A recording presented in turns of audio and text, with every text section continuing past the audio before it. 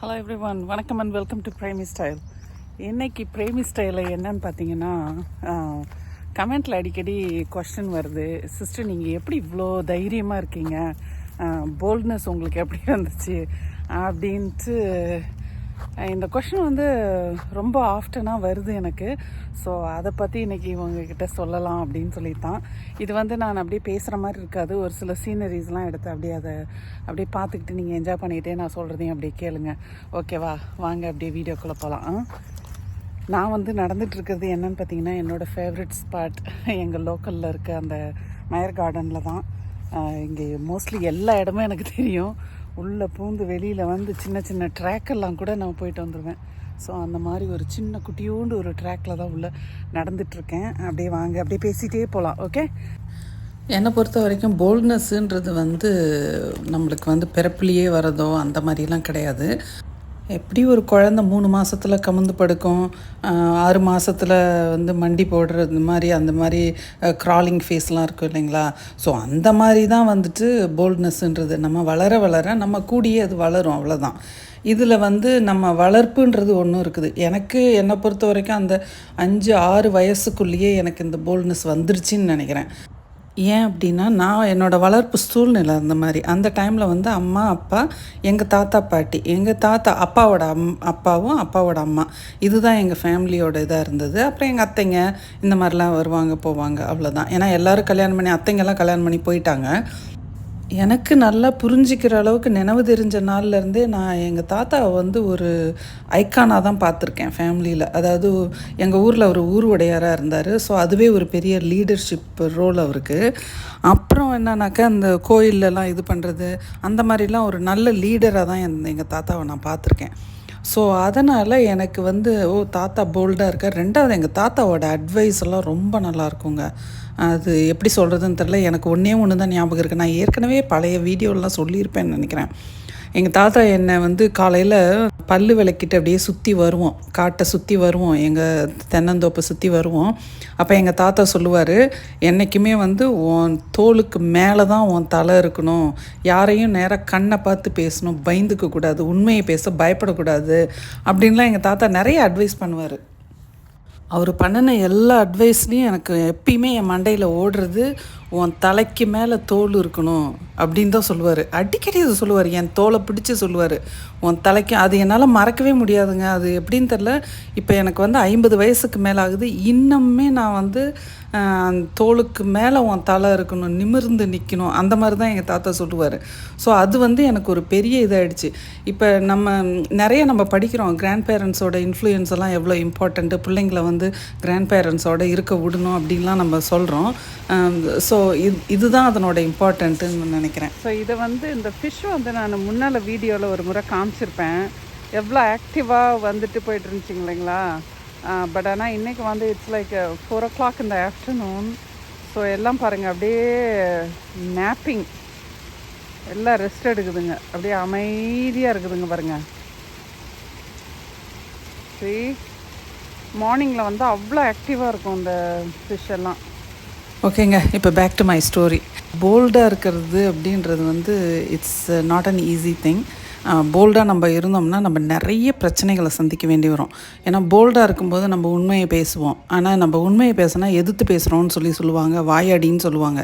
இது வந்து நான் நிறைய என் சின்ன பிள்ளையில நான் பார்த்துருக்கேன். அதே மாதிரி உண்மையவே சொன்னாலும் அதில் ஒரு பிரச்சனையை உண்டு பண்ணிவிடுவாங்க. இந்த பிள்ளை இப்படி பேசுது, வாய் ஜாஸ்தி இதுக்கு அப்படின்னு சொல்லுவாங்க. எல்லா பக்கம் இருந்தும் நிறைய திட்டு வாங்க வேண்டி வரும். சில சமயத்தில் நம்மளை கூப்பிட்டு, உங்கள் அப்பா இப்படி சொன்னாரா, உங்கள் அப்பா இப்படி எப்படின்னு சொல்லி நம்ம தெரியாதத்தனமாக சொல்லிடுவாமா, எங்கள் அப்பா இப்படிலாம் பேசிகிட்டு இருந்தார் கேட்டேன் அப்படின்னு. ஆனால் அதையே வந்து நம்ம அப்பாவையே கூப்பிட்டு நம்ம முன்னாலேயே கேட்பாங்க, உன் பெத்த பிள்ளை இப்படி சொல்லுது, இதுக்கு என்ன சொல்கிறேன்னு சொல்லி. எனக்கு ஒரு சில இன்சிடெண்ட்லாம் எங்கள் அப்பாவை வச்சு நடந்ததை என்னால் மறக்கவே முடியாதுங்க. அந்த சின்ன வயசில் தெரியாமல் நான் அவங்க கேட்டதை சொல்லிவிட்டு எங்கள் அப்பாவை கூப்பிட்டு வச்சு என் முன்னாலேயே கேட்குறாங்க. எங்கள் அப்பா முழிக்கிறாரு. இப்போ நீங்கள் பார்த்தீங்கன்னா, இந்த காலத்தில் யாரும் பெற்றவங்களோ இல்லை மற்றவங்களோ நம்மளை பற்றி பேசாதவங்களாம் இல்லை. ஒரு ஃபேமிலியில் 1000 நடக்கும். ஃபேமிலியில் இவங்க இப்படி அவங்க எப்படின்னு பேசுகிறதும் உண்டு, அவங்கக்கிட்ட இப்படி தான் இருக்கணும்னு. அந்த மாதிரி தான் எங்கள் அப்பாவும் சொல்லியிருந்திருப்பார். ஆனால் ஆனால் அதை வந்து ஒரு சின்ன பிள்ளைய கூப்பிட்டு கேட்டு அது பிள்ளைங்க வந்து தெரியாதனமாக தான் சொல்லுவாங்க. இப்போ எனக்கு அந்த அளவுக்கு விவரம் இருந்துருந்துச்சுன்னா நான் மறைச்சிருந்துருப்பேன். எனக்கு அந்த டைமில் அவ்வளோ விவரம் இல்லை. அது வந்து எங்கள் அப்பா வந்து வீட்டுக்கு வந்துட்டு சொன்னார், உங்களுக்கு இன்றைக்கெல்லாம் புரியாது, பட் ஆனால் நீங்கள் கல்யாணம் ஆகி உங்கள் குழந்தைங்க வரும்போது உங்கள் குழந்தைங்கக்கிட்ட நீங்கள் எப்படி பேசுகிறீங்க, அது என்ன பண்ணுது அப்படின்னும்போது தான் உங்களுக்கு அதெல்லாம் புரியும்னாரு. இந்த இன்சிடெண்ட்லேருந்து நான் என்ன கற்றுக்கிட்டேன்னா, நம்ம குடும்பத்தை தவிர மற்றபடி வேறு யாராவது நம்ம குடும்பத்தில் இன்டர்ஃபியர் பண்ணாங்கன்னா புருஷன் பொண்டாட்டி பிள்ளைங்க எல்லாத்தையும் தனித்தனியாக பிரித்து விட்டுட்டு வேடிக்கை பார்ப்பாங்க. இதுதான் நடக்கும். எல்லாத்தையும் ஆளுக்கு எகெயின்ஸ்டாக திருப்பி விட்டாங்க. கேட்டவங்க நல்லா ஜாலியாக இருப்பாங்க. நம்ம வீட்டுக்கு வந்து நம்ம தான் அம்மா அப்பா பிள்ளைங்க எல்லாம் சண்டை கட்டிக்கிட்டு கத்திக்கிட்டு இருப்போம். அதாவது எல்லாமே மறந்து போயிடும். பட் ஆனால் நம்ம அப்பாவை நம்ம இப்படி பண்ணிட்டோமே அப்படின்ற அந்த நெஜம் அது இருந்துட்டு தான் இருக்கும். அந்த நெஜத்தை வந்து உங்களால் அழிக்கவே முடியாது. ஆனால் எங்கள் அப்பா நல்லபடியாக போய் சேர்ந்துட்டார். அவர் எந்த ஒரு இதுலேயும் கலந்துக்கல, ரொம்ப அமைதியாக அவரோட இதை பண்ணிட்டு போயிட்டார். இந்த மாதிரி ஒரு சில நிஜங்கள் மட்டும் என் மனசில் இருக்குன்னு வச்சுக்கோங்களேன் எங்கள் அப்பாவை பற்றி. ஆனால் இந்த மாதிரி இன்சிடெண்ட்லாம் நடக்கும்போது நம்ம அதையும் வித்ஹோல்ட் பண்ணி நல்ல போல்டாக வரணுங்க. அதுக்காக நம்ம உண்மையை நம்ம இழந்துடக்கூடாது. இந்த இன்சிடெண்ட் நடக்கும்போது நான் வந்து 5th கிரேடு படிக்கிறேன், 5வது. அதுவும் எப்போ 30-40 வருஷத்துக்கு முன்னால் நான் படிச்சிட்டு இருந்தேன். இப்போ எனக்கு 50 வயசுக்கு மேலே ஆகுதுங்க.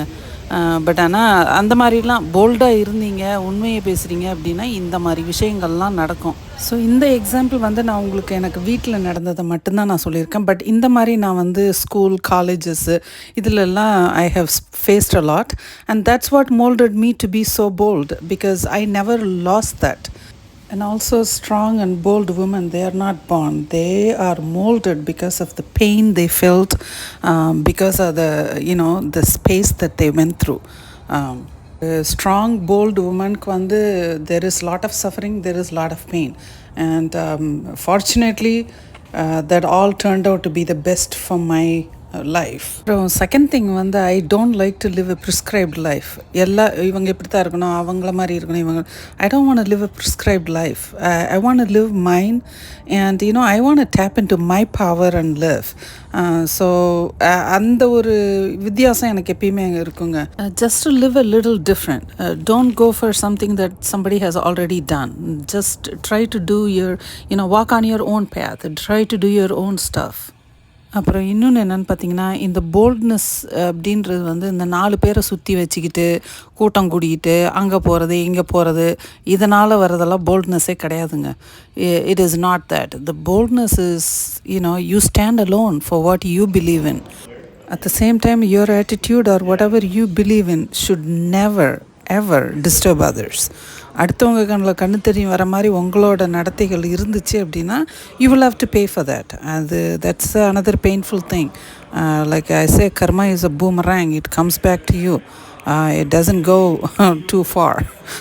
So this is how I became bold. This is what made me to be very courageous in my life. But even at work, everywhere, if I know, I will say, yeah, I know. If I don't know, அது ஒரு சின்ன பிள்ளையாக இருந்தால் கூட I don't know, will you please tell me அப்படின்னு சொல்லிடுவேன். So there is nothing wrong in learning, but as long as we are sincere enough to face the situation, you're good.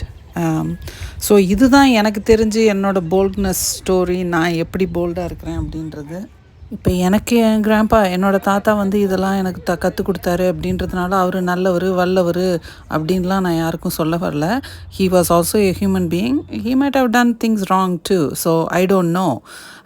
But என்னை பொறுத்த வரைக்கும் எனக்கு அவர் நல்லா டீச் பண்ணார். So அதை தான் நான் சொல்ல வந்தேன், வேறு எதுவும் இல்லை. So these are the things that made me very bold, and my grandpa was a very powerful personality in my life. So that's it. ஓகேங்க, வீடியோவோட எண்டுக்கு வந்துட்டோம். நல்ல ஸ்ப்ரிங் சீசன் ஆரம்பிச்சிருச்சுங்க. இந்த lilac, I think it's ivory அப்படின்னு சொல்லுவாங்க. பயங்கர அப்படியே ஒரு நல்ல ஒரு ஸ்மெல் இதில். அது இந்த டைமில் ஒரு ஈவினிங் டைமில் இப்படி வாக்கிங்லாம் வந்தோம் அப்படின்னா அப்படி ஒரு ஸ்மெல் இதில். செம்ம ஸ்மெல்லுங்க, சூப்பராக இருக்குது. அது வேறுங்க ஃபுல் ட்ரீ அப்படியே பூத்து குலுங்கிட்டுருக்கு. எனிவே ஓகே, வாக்கிங் அப்படியே கண்டினியூ பண்ண வேண்டியதான். இங்கெல்லாம் நினைக்கலாம் என்னடா இவ்வளோ லேட்டாக வாக்கிங் போகிற அப்படின்னு சொல்லிட்டு. இன்றைக்கி அப்படியே ஒய்எம்சியை போயிட்டு வந்தேன்னா கொஞ்சம் அப்படியே ரிலாக்ஸாக வாக்கிங் போகணும் அப்படின்னு தோணுச்சு. ஸோ அதனால தான் வாக்கிங் போயிட்டுருக்கேன், வேறு எதுவும் இல்லை. அப்படியே இந்த வீடியோவையும் நான் முடிச்சுக்க போகிறேன். ஓகேங்களா? பாய். ஓகேங்க, உங்கள் எல்லோரையும் இன்னொரு நல்ல வீடியோவில் பார்க்குறேன். அது வரைக்கும் you all take care and like I always say, keep it real and keep it simple. Bye. Thank you all.